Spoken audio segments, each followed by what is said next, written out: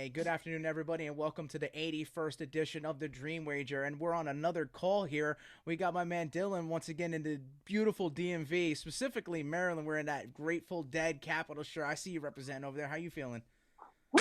I'm feeling good, living better. Awful week, but hey, new week, new beginnings. Let's have a great week, boys. Glad to join you. That's certainly right. It was a tough week, but hey, my man Elvis, I know he's back in the studio back home. How are you doing over there, my man? The guru to end all Great, gurus.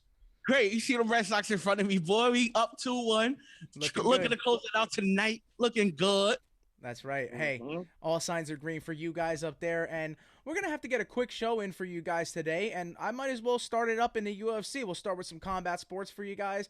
I myself, boys, I don't know how about you guys did, but man, I had an off week. I didn't get a single pick right. Very unlike me to do so, but it was just a tough week overall. Let down in the main event. But I don't know if you guys were impressed by Randy Rude Boy Brown in the co-main event with that Spartan kick. That was something Yeah. that I didn't Yeah. see coming at all. And I didn't know. I wish I knew this was the first time his father was actually going to see him fight. And if I knew that, I would have picked him. That's But right. he was just a big underdog. He actually dominated the whole fight, which was very He surprising. looked great. So he looked amazing. Cardio was good, quick hands, quick feet. Overall, great performance by him. Absolutely. Elvis, you saw that fight at all? Yeah, I kind of missed it. I didn't even know the fight started early. Yeah. I got thrown off by that. I was. That's quite a Yeah. right. Hey, Dylan's pick actually hit the Matthias Nicolau pick. It was a Yeah, by controversial decision. decision. Everyone liked Tim Elliott, but he certainly took the first round, but Nicolau definitely took the Yeah. second and the third. I ended up taking Nikolai plus 200 live after the first round. After the first round, Elliott seemed a little bit gassed. Yep. So I was like, Yeah. you know what? Let me just sprinkle some money on Nikolai. And he ended up winning the fight. Kind of dominated the last two rounds, For too. sure. It was surprising because during the 30-second break that they get, Elliott's corner was giving him false information saying you're up 2 rounds after the second. It was impossible. I thought it was 1-1 after two. And then the third one, he kind of was just laying on his back thinking he had the fight. And obviously it wasn't the case. So shout out Nikolai. He was the only win for me. Phil Hawes, the fighter pulled out Was on canceled. that one. Yeah, he's got rescheduled So- for the next event there. But Yeah. I don't like when corners are kind of delusional. They got to be completely honest with their fighters because Yeah. you'll get the best outcome that way. So that was unfortunate to see from Tim Elliott's corner. And the fight before that, man, so I picked Sabina Mazo, but she got lit up by Maria Agapova. She looks like a warrior and definitely a threat in that division because when she knocked her to the ground, she went right for the rear naked choke and finished the fight in the third. Finisher. She actually looked dominant. And who do you think's next for her? Oh man, they're gonna have a lot of matchups lined up for her. I don't know if they're gonna give her somewhat of an easy fight, but they're gonna have to give her someone where she could probably, get a victory and move on from there. She had the same energy when she put on that hat as the other Kazakhstan fighter. I can't remember his Yeah. name, but they're looking like very, very good fighters, and we got to see what's in store for them there. And I know I quickly mentioned the Dern fight. We all went with Dern there. Marina Rodriguez looks like the real deal with the striking. Elvis, I know you were leaning. You were on the fence. You were having a tough line who to go with. So I don't know what you saw from that fight, but we did see Mackenzie Dern get pieced up. Besides the second round where she had her grappling exchanges come out on top. I'm gonna be honest, she got washed on foot. On foot, Yeah. she got washed. Like I'm gonna be honest, she should not be boxing up there. I understand she was dominating, but boxing when it gets to boxing, Different ball game. feel bad. She's a bum. Dern's a bum on the feet. She actually was very disappointing. She wasn't light on her feet. She was slow. And Rodriguez was first to every punch. She started every collision. And I think that's what wins you fights. Yeah, And she she was just first to completely exchanges. outclassed her. 100%. Yeah, she's definitely, I think, in line for a title shot now. I think you're going to have a fight for the title in terms of that division, but she's the next in line because everyone she's beaten, she's beaten pretty handily. So good for her. And now next week, we got another women's main event. Yeah, Aspen Ladd she got stepping up. rescheduled. She's taking Norma Dumont, and a lot of people are siding with Norma Dumont, but Aspen Ladd is a young, savvy, fighter.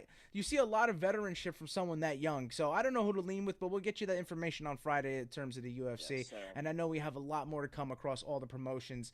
But hey, let's segue right for, like I said, we're keeping in combat sports. Let's segue from mixed martial arts and going to boxing, where we probably saw one of the best boxing fights of the last 20 years between Gypsy King Tyson Fury and Deontay Wilder, the Bronze Bomber. I mean, boys, I think that was one for the decade, one for this era. I think we confirmed that Tyson Fury is the best heavyweight boxer on the planet, and the promotions, they got to get him against Alexander Usyk to unify all the belts there. Yeah, I thought it was a dominant performance. A little scary in the beginning. He finally got new knockdowns in the first round ever in his career, so that scared me a little. We said it on Friday. Wilder's punches and his power, if they connected, it'll knock the normal guys out, but the Gypsy King is not normal. Yeah, I don't think you can knock that man out, to be honest. Yeah, you can't knock him out. He's a monster. I'm going to be honest. In the fourth round, I thought Wilder had him. Yeah, I know you're plus 250. I was feeling I was ready to come in here like, oh, we knocked him out fourth round. But then I ain't going to hold you. Fury's just a much better boxer. When it comes to boxing, he just has more. He just has more tools. He has more tools in his bag of tricks. Fury, he just has a hammer. You know, he just has one. Tyson, he could do it all. So it was just shocking a man that size could just move like that. Yeah, somebody. And it was kind of surprising how Wilder was such out of shape. I thought for the lighter man, Fury was in shape. Boom, boom, piecing him up even towards the later of the rounds. And Joey, I thought you were so close to getting the decision win, but he got him in the 11th. But you're minus 110 hit. You know, I think it's Tyson Fury. The body doesn't necessarily speak to the person's stamina or cardio. Tyson Fury's got legendary stamina, cardio. Elvis, to your point, his boxing is one of a kind. He's got great movement. That one particular knockdown he had, he swiveled in. He came right under Deontay Wilder's punch, hit him over the top, dropped, and that was one of the knockdowns there. And then talking about the cardio, did you see Tyson Fury after the fight? In the post party with Steve Aoki, they were partying, so that man could have probably boxed a whole nother 12 rounds, to be completely honest. I saw a meme of him after the fight, and he just said, "That's peak male performance body right there." Yeah, you may not like it. You cannot be better than that right there. Yeah, you're unbeatable. That's right. So I'm glad we talked about that. And I'm glad you said that, Joe. He is the greatest heavyweight of all time. Whoa. He has to be. Hey, that's debatable. I think he needs to unify all the belts. Past 20 years. Past 20 years. In his era, for sure. You know, you got Muhammad Ali, Mike Tyson himself, who he was named after. You got to have him fight Alexander Usyk, unify the belts, and then we can go and have an argument with that. Yeah, chill. Yes. All right, so that'll do it for the Combat Sports Weekend we had. Let's get right into the gridiron, and we'll start with college football. And, man, my bets – I went 1-1 in my college bets. BYU shit the bed, losing 26-70 to BSU. That was an upset in their own house. And my bet of Ohio State covering 21 points at the shoe against the Terps came up victorious. I don't know. How did your guys' bets go over the weekend? I ended up going shockingly. Your boy, 2-0. How about that? Oklahoma Sooners with the game of the year, comeback of the year. Game of the year. What a game. Michigan did the thing in Nebraska, tight game. It was a great game and on out, but it was a great second half. But your boy went 2-0 with college football. I love it. We got to get you more Congratulations. Rare sightings. I won't. Very rare. I won't advise for you to keep following, but hey, a guy hits sometimes, you know? So yeah. I take my 2-0 day. What was I going to say? Shout out you on the Boomer Sooner pick. That was the game of the year. The Red River Showdown, it never disappoints. And how many games does Scott Frost have to lose for him to still have a fucking job? That man is ridiculous. Seriously. But hey, I went 2-1. Michigan State dominated Rutgers. They're a top 10 team in the country. Like I've been telling you, I'm with the Sparty Nation. Georgia, the best team in the country. They would never fucking lose to A&M. Wow. Hey, you know what? Jimbo Fisher. Dylan did say this Friday show, and I told them, I was like, I don't know, man. It's a fact. They are the best team in the country. That's true. Georgia Bulldogs right now. Shout out Jimbo Fisher, though. First assistant. That's true. Give credit to that. They covered the 14.5 for me. And then I took the under for Notre Dame, Virginia Tech. Not even close. I had no chance. So I had no chance. So I went 1-1. Elvis went 2-0. I think we're gonna get him more involved in the college football world. And Dylan, you went 1-2, or are you looking 2-1? 2-1. How about that? 2-1. Got it. Love it. And of course, man, let's get right into the NFL, where we're gonna go over a couple games here. Let's start off one of the earlier games that we had in store, and which was an exciting one at that. It was Green Bay barely escaping against Cincinnati, and I had Cincinnati plus 3.5. Luckily so, because that covered by the half a point. But Dylan, you had something to say about this game. Oh, no. This is the first time since the merger of the two leagues that two kickers have combined to miss 5 field goals in the fourth quarter and overtime. You can't make this shit up. So I I thought the Packers had the chance. They were driving the ball the whole game. They just couldn't punch it in. Credit Cincinnati. They're a gutsy team. Like you were saying on Friday, Joe, they're a solid team. Jamar Chase is a fucking beast. Absolutely. Every game we should do a prop Jamar Chase touchdown. Or receivings and receptions and everything. Yeah. But yeah, Packers worst push of all time. They pushed for me. I got the 3. I wish I would have waited a little later and got the 3.5 for you. Great play by you, Joe. But I pushed on that. Same, Dylan. I wish I would have waited because the line ended up dropping to -2.5 for the Packers. Right before the game, I was like, wow. And look, ended up costing me and Dylan both ended up pushing. I'm gonna be honest, I'm surprised Green Bay couldn't close this game out in regulation. Yeah. It's kind of shocking. Cincinnati fall back and got right back in the game. And if it wasn't for the bad kicking displacement, Cincinnati walks out with a win. That's true. It's one of the best teams in the NFC. So give Cincinnati some props. They're going to be contenders. I'm not saying contenders to, represent the AFC, but they're going to be a tough out, 6, 7 seed come playoff time. They might be a team to eliminate someone from the playoffs if they themselves don't make it, Shit, so, they're sneaky. The Packs and Cincinnati might duke it out for the last playoff spot. Who knows? No, no. Hey, since you brought it up, Texans almost beat you. They came back and won, though. Keyword, Dylan. What did you just say there? Repeat that. Almost. Don't count. Yeah, it was a tale of two halves. Houston did have the first half, but hey, Patriots were all over them in the second half. Come on now. I've been telling you that's the best secondary in the league now. Sims, he looked all right first half. David Mills was lighting you up. I know he was light first half. Come second half, what happened? I mean, Mac Jones, Harris, great running game. Mac Jones looked awful yesterday. Nah, but he made throws when he had to, especially in the fourth quarter. Stop playing. That's what they need. That's what they need to get improved. Yeah, he walked out of there with a dub. Down, 12? Come on, man. Big number they covered there. And I got a surprise of one. Elvis, another thing you called, man. Philadelphia with a surprising upset away from home in Charlotte. Christian McCaffrey's not active. Eagles plus the points. Lock. Moneyline could have worked too. Moneyline could have worked too, but, at the end of the day, I don't have that much faith. But I had a feeling without Christian McCaffrey, the Panthers are just not the same team. I don't know. He is the factor. Christian McCaffrey is the second best running back. Derrick Henry, he's the crown King Henry. Yep. But Christian McCaffrey is the second best running back in the league, and Panthers 0-2 without him, and it shows. Panthers they always seem to let their opponent hang around, and it eventually costs them the game. Yeah, but you understand, if Christian McCaffrey in the game, he picks up an extra 1 to 3 first downs to steal some time off that clock. I'm telling you. But even when he was in games, teams usually still hang around. I know, but when he was in those games, they were 3-0, and we thought highly of them. Now they're average. Yeah. Without him, Sam Darnold didn't play that well. I was gonna say he did not look that good, to be honest. Jalen Hurts looked pretty decent, but I think he looked terrible in the first half. He's great with his legs. He missed some throws. Devontae Smith is having a good. He's a really good receiver. The way he runs his routes, and he's got sure hands. He's pretty much caught everything coming his way. And he has no drops. No drops. And Dylan, I think you can attest to this. It was surprising for Philadelphia to come out on top because they're the most penalized team in the NFL by about 12 penalties. It's about 43. The next closest team has about 32. Yeah, and that was I'm sorry, Dale, go.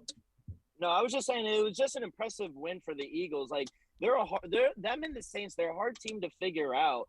Yeah. Credit them though. Good win coming back from behind against which we all thought an impressive Carolina team. Well, they are the number one defense in the league. Yeah.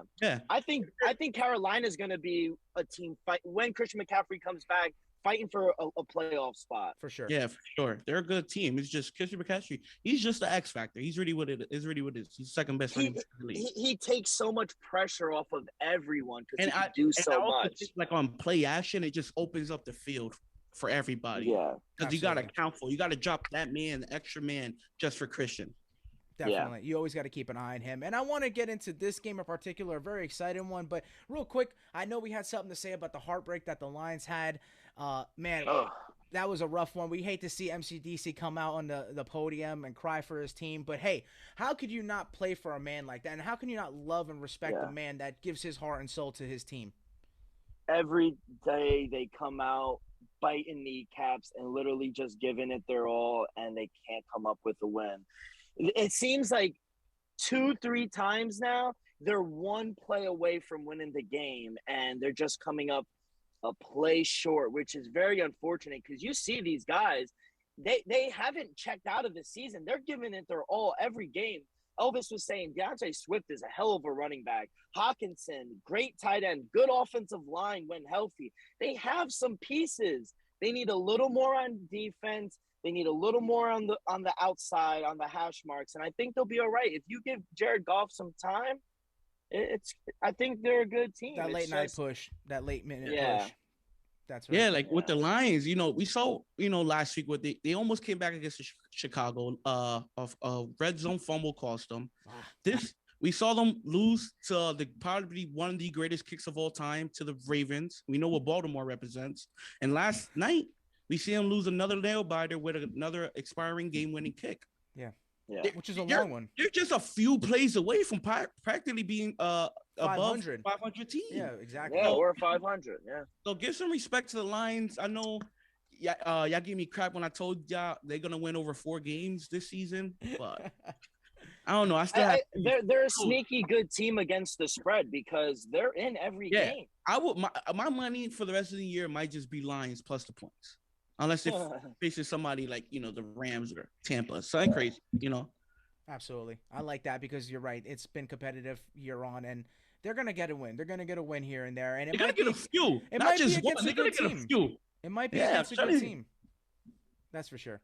And the game that I wanted to talk about was that high-scoring affair we had between Los Angeles and the Brownies, man. That was a great win for the Chargers against a strong opponent in the Brownies because you even had them pull, or was the Browns pulling an Austin Eckler into the end zone just so they could get back on the field to try to score, but that didn't work out. Chargers held on victorious. Another under that I was on that had no chance. The under went over by the Chargers themselves. Probably the game of the year, though, in my opinion, the highest scoring game of the year. Great win for the Chargers. I think they're fucking legit.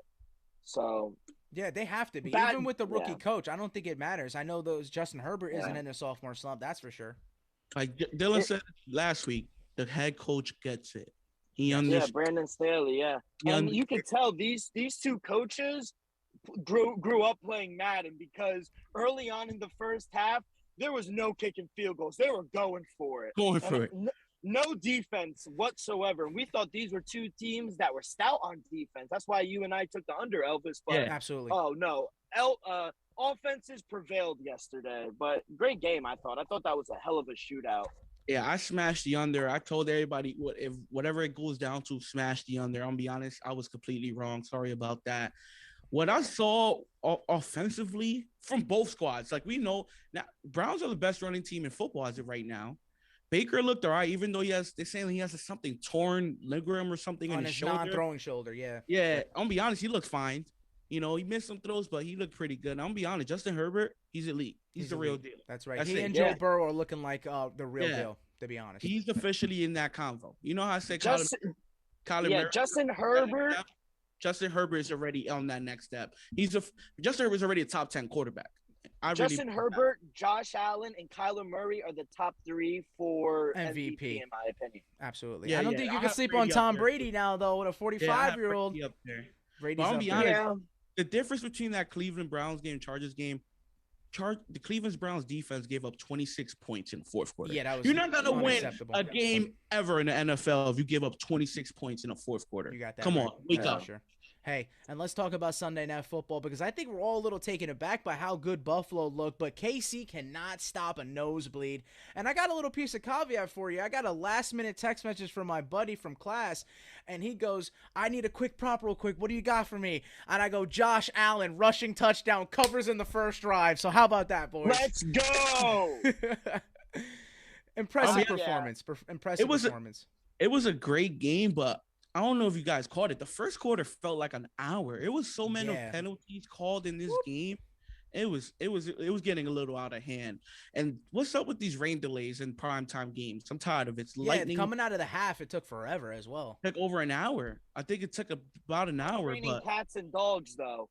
Yeah, but it was lightning, so it is. But come on now, it's primetime games. You got to get this under control now. But that's the only play I won yesterday. Hey. How about that? I told you, even sprinkled someone on the money line. I was confident. But best team in the AFC.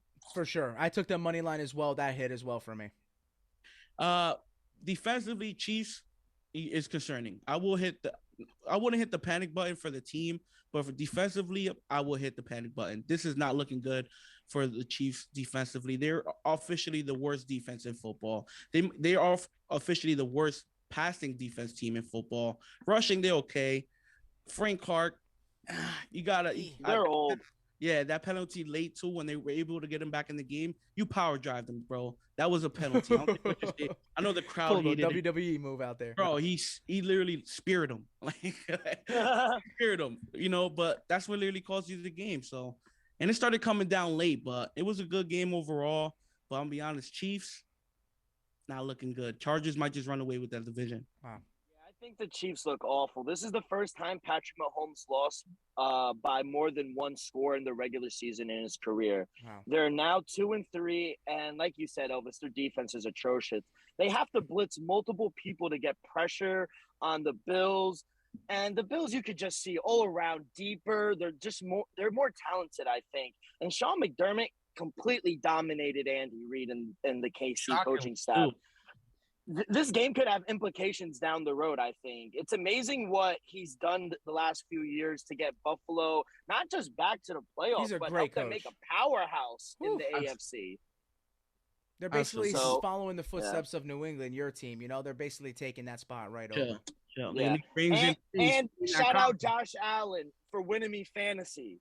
Shout out Josh Allen. There's another story. Fantasy is a whole different ball game. But, boys, I'm glad we cover everything over this weekend. And I think we got some plays for our audience. You got a little something before we get into the Monday night? Yeah, just quick. Little keynotes after week 5. This is the first week. Favorites had a winning week, 9-6 ATS with the game to go tonight. Dogs have been barking. And they're starting to come around. Overs were big, too, yesterday. 9-6 with the Bills game going over by the half. I also, a little keynote, Cowboys looked impressive. They're 5-0 ATS. I think they're for real. Taye Diggs is the real deal. He's a monster. Defensive player candidate. Yeah, and he's stealing it from Micah Parsons. Yes. Well, his own teammate. Yeah, but got the rookie of the year defensively locked down. Micah Parsons. Joe, great call. I think Dak, because they're going to win the division. The division's in shambles. Bad call on me. I think he's going to win comeback player of the year, Dak. So great call on that, Joe, in the beginning of the year. Yeah, so that's all I wanted to say about little keynotes. Appreciate those notes right there. And yes, let's get right into Monday Night Football. I think we're in store for what's going to be an impressive performance by the Baltimore Ravens. I think the Colts, I had higher expectations from them, but they are a shell of themselves. Carson Wentz is playing hurt. I don't think the coach and them are actually clicking at all. And I got a play for you boys if you want me to go ahead and tell you. Yeah, start us off. This is what I'm doing for you guys, right?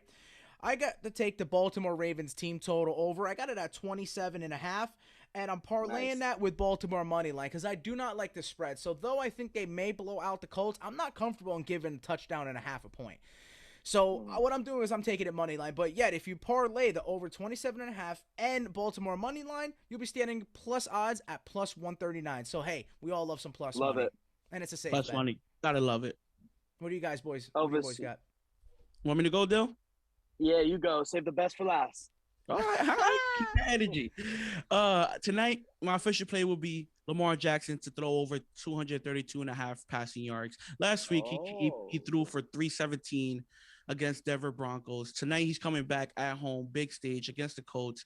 I feel like he might. I won't say he's going to repeat a 300-yard performance, but I believe he will go over 232. Lamar looks sharp all season. He's definitely more accurate than last season. I love how he's throwing the deep ball. If Marquise Brown just catches a few deep balls, guess what? Lamar might be top 5 in passing yards this season. That's so good.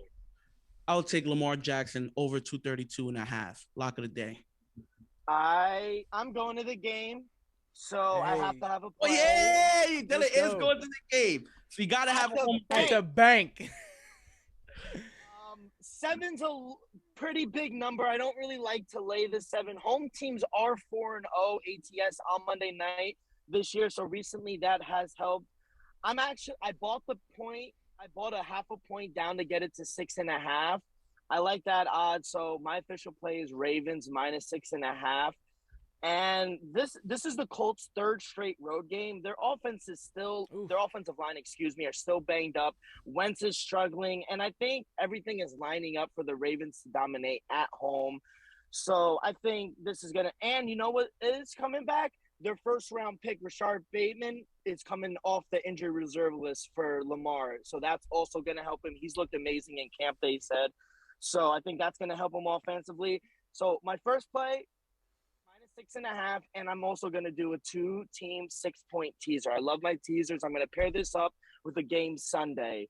I teased the Ravens down to -1 and the Rams down to -4.5. The Giants lost to everyone yesterday. Saquon with an ankle, Danny Dimes with a concussion, Galladay with the knee, Shepard still hurt with a hamstring and injury. I'm pretty sure they're going to give Kadarius Toney a game suspension because of that. Yep.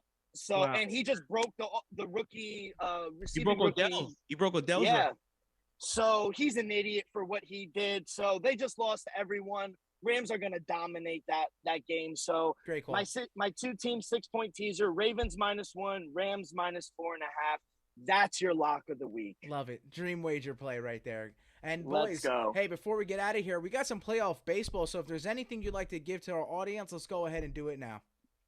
Okay, I'll start because I got to get out of here. 1:00 game that's happening right now. I'm on the Braves money line. I'm not a believer in Freddie Peralta. This is just a fade on him. So I'm on the Braves money line. The 3:37 game against the White Sox Astros. I'm on the White Sox money line. Carlos Rodon, he's a beast at home. And I think they're fighting for their lives. You got to go with the better pitcher, especially at home.